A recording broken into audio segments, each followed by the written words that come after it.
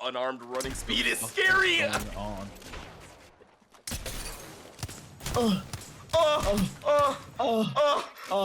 Why did you ping me? Why did you ping me? What's your real name? Slater.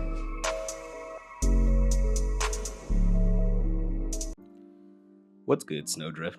Welcome back to season 20 of Apex. It's your boy Winter, coming back at you with another video in our Playing with a Purpose series. This will be video number 2 in the series of Playing with a Purpose. First off, I just definitely want to say I appreciate all of the support you all have been showing in this series as we continue to improve ourselves. All the love has been basically overwhelming. That was the first video that I've had that I think reached a high viewer count with over like 2,000 views, I believe. The link in that video will be in the description, so make sure to check it out before you watch this one, as we'll be building off a few aspects and concepts that were addressed in that video going into this video. So in the last video, we talked about our focuses in micro and working through essentially our need to manage our fight and place on the team. What I understood about myself is that I tend to struggle and second guess how I approach fights many times, whether the answer is simple or not. I have, however, noticed major improvements in my fighting style and ability when I singularly focus on myself and the target I choose. It isn't an overall difficult concept to grasp, yet it tends to elude me many times in fights.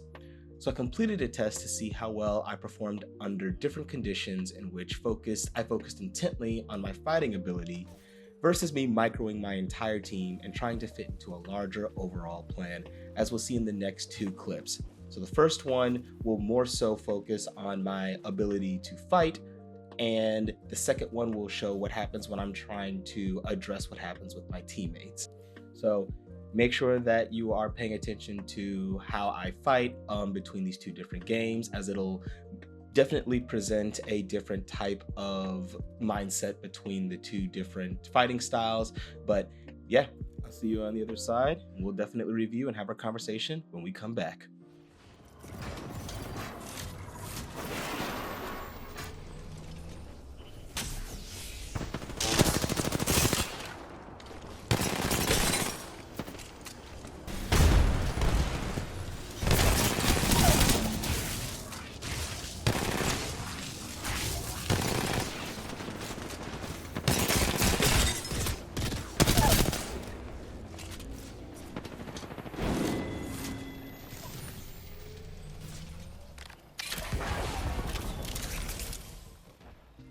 So there are definitely a few things that can be gleaned from that fight. Let's start with the fact that I'm not as vocal as I normally am, mostly because I'm solo queuing here, but I'm primarily focused on giving my team the room that they need to fight, not just as a support character, but also as somebody who is attempting to win in a 3v3 situation. Especially in this game, you're not always in a pure 3v3 situation, and you have to be able to react accordingly in various fighting situations. So that was the first set of circumstances and the first test that I was referring to. So now we'll go into the second one, and I would like everybody to kind of notice the difference in the 2 fights.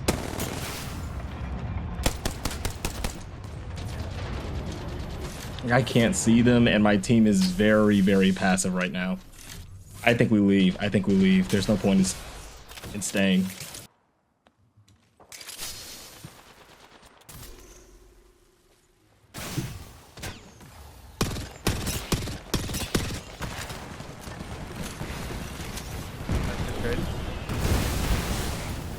Just getting tossed around.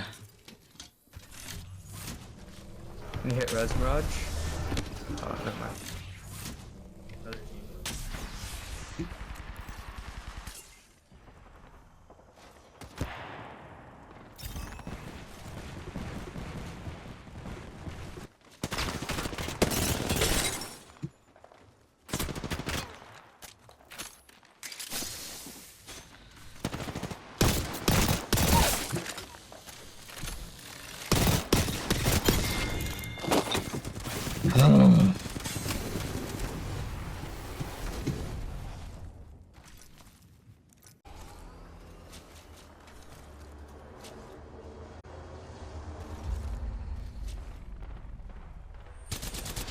Yep.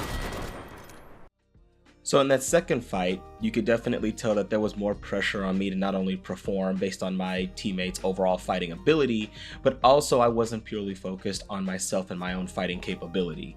That led to a lot of us losing a lot of the fights, a lot of health being lost, and a lot of momentum being lost that could have been gained in us getting some amount of KP, better placement, things that kind of come naturally when you're able to focus on the fight and purely on the fight in and of itself.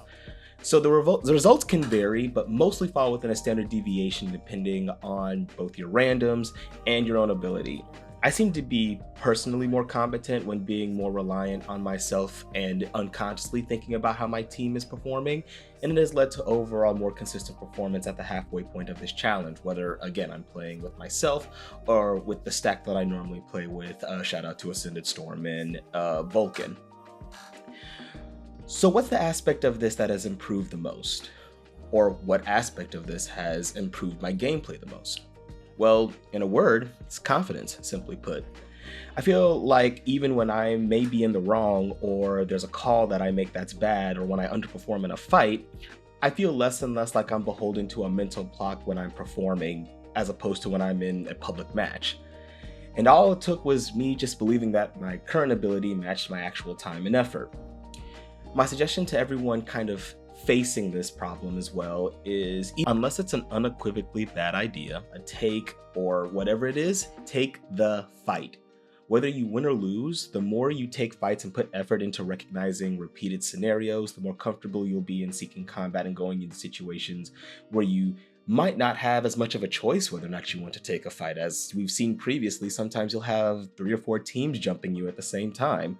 I'm seeking to internalize this in all aspects of my Apex gameplay, and will definitely be taking this with me into the second half of this challenge and hopefully beyond. That's hopefully the plan and the point.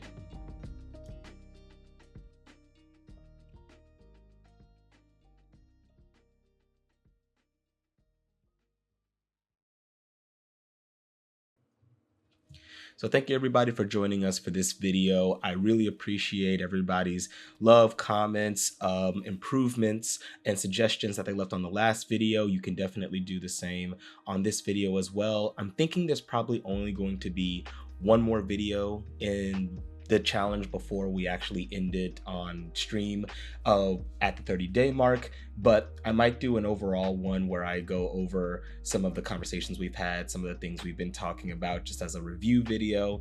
But yeah, if you liked, please like, comment, and subscribe as always, and I'll see you in the next one. Deuces.